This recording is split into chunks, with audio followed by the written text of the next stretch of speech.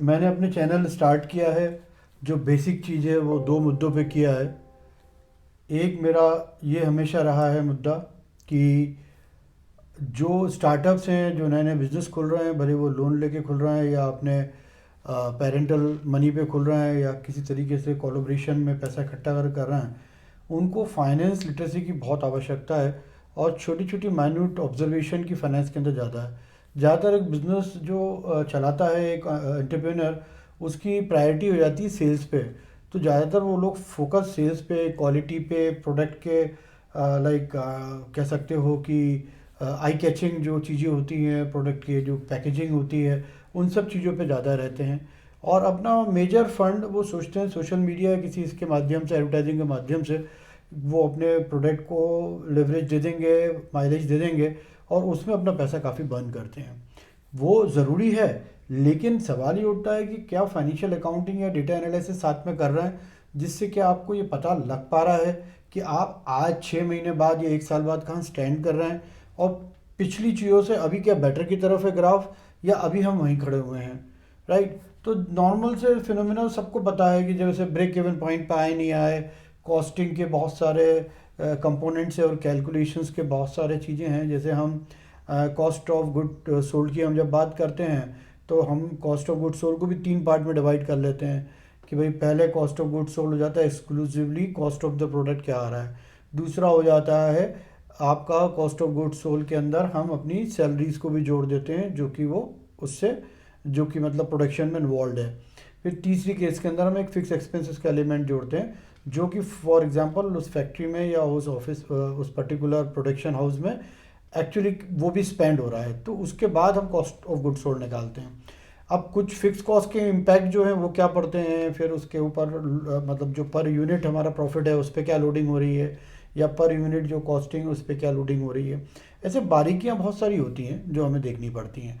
अब सवाल ये है कि आज मैं एक छोटा सा ही सेशन ले रहा हूँ आपसे, जो ज़्यादातर बिजनेसमैनों की गलती होती है, या बिजनेसमैन निश्चिंत रहते हैं लेकिन वो ये नहीं समझ सकते हैं कि जब बिजनेस ग्रो कर रहा है उस बीच में कुछ ऐसी चीज़ें हैं जिसको बैठ के आप जिसको मतलब कुछ ऐसी आउटपुट्स हमें दिख रहे हैं रिपोर्ट्स में, जिसको देख के हम सेटिस्फाई नहीं हो सकते और बैठ नहीं सकते। हमें उस आउटपुट जो कि बेटर आउटपुट है, जो कि सेटिस्फैक्ट्री आउटपुट, वही हमें ज़रूरत होती है कि हम किस तरीके से अपने प्रॉफिट को 0.5x या 1x या 2x बढ़ा सकते हैं, और वही हमारी स्ट्रेंथ बनेगी इन फ्यूचर जब कोई डाउनफॉल आएगा, ताकि हम अपना कैश फ्लो बेटर कर लें, हमारा सर्वाइवल कैपेसिटी को बेटर कर लें। तो उस अपॉर्चुनिटी को आप लोग मिस कर जाते हैं ज़्यादातर। तो मैं जहाँ भी अपनी सर्विसेज देता हूँ, मैं बहुत सारी चीज़ें तो बता पाता हूँ, बहुत सारी चीज़ें नहीं भी होती है, लेकिन वो ये कहीं कि आप नकल जो होती है उसमें थोड़ी अकल चाहिए रहती है, तो वो नकल तो कर लेते हैं, वहीं फिक्स हो जाते हैं। लेकिन आप ये देखिए कि हर दिन एक नया दिन है एक बिजनेसमैन के लिए, हर दिन एक पैसा लग रहा है, हर दिन एक पैसा आ रहा है। तो ऐसे में बहुत सारी कैलकुलेशंस ऐसी होती हैं जो हम अपनी रिपोर्ट्स में आप लोगों को दिखाते हैं। आज मैं एक छोटा सा एग्जांपल आपको इस लेक्चर से ये देना चाह रहा हूँ कि कहाँ हम गलती करते हैं और कहाँ हम रुक जाते हैं। राइट। अब देखिए मैं आपको एक छोटा सा एग्जांपल बताता हूँ, टर्नओवर। ठीक है, मान के चलिए एक अप्रैल का टर्नओवर लेता हूँ मैं, एक मई का लेता हूँ, एक जून का लेता हूँ। ठीक है, मैं बहुत सिंपल वे में समझा रहा हूँ, जब आप डीप में समझना चाहेंगे तो मैं पूरा पूरा एक एक्चुअली एकेडमिक सेशन ही लूँगा जिसमें आपको। अब मान के चलिए कि यहाँ पे आपका टर्नओवर था 10 लाख का। ठीक है, यहाँ पे टर्नओवर हो गया आपका 15 लाख का। ठीक है, और यहाँ टर्नओवर हो गया आपका 12 लाख का। ठीक है, आपका जो पास्ट रहा है उस पास्ट में आपका टर्नओवर का जो टारगेट आपने लिया था, वो टारगेट आपने ये लिया था कि मेरे को 8 से 10 लाख रुपए का टारगेट मेरा लास्ट ईयर के बेसिस पे था कि इतना मेरा होना चाहिए। और इसी टारगेट पे मैंने ये देखा कि मैंने जो प्रॉफिट एक्सेप्ट किया था। ठीक है, बहुत सिंपल भाषा में समझा रहा हूँ, आप लोग एबिटा देखें, आप लोग जो आपको देखना है देखें। हम तो सिंपल जानते हैं कि प्रॉफिट मतलब होता है ऑपरेटिंग प्रॉफिट। राइट।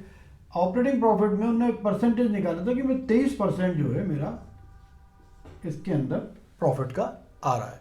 ठीक है, नेट प्रॉफिट भी मान लीजिए आप इसको, ऑपरेटिंग प्रॉफिट मान लीजिए, जो आपको मानना है, जिस स्टेज पे आपको निकालना उस स्टेज पे हम इसको गेस करते हैं कि 23% मैंने कहा ये मेरा आता है और मैं सेटिस्फाई हूँ।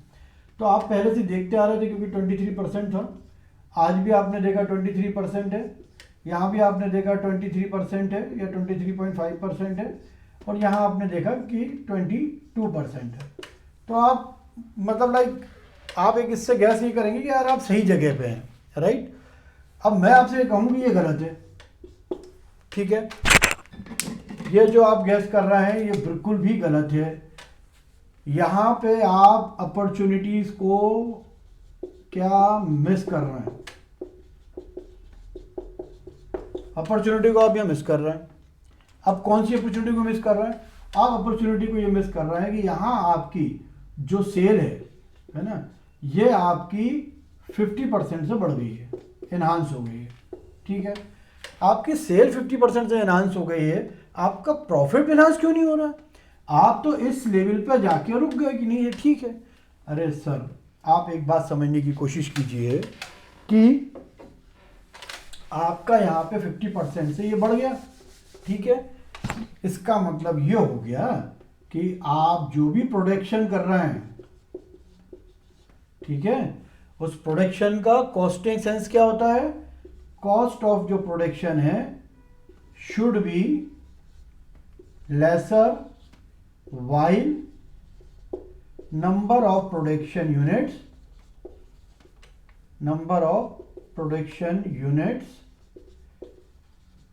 increases।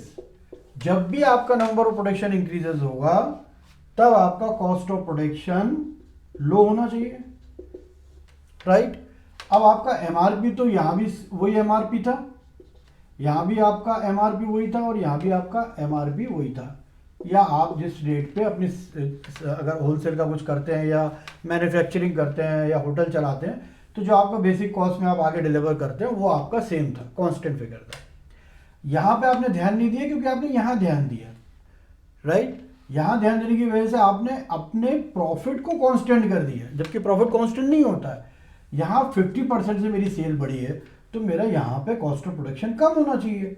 आज कॉस्ट ऑफ प्रोडक्शन में मैं अगर 2% भी बचाता हूँ तो ये 2% यहाँ ऐड होना चाहिए मेरा, तो मैं तो आज की तारीख में 25% में जाना चाहिए, राइट।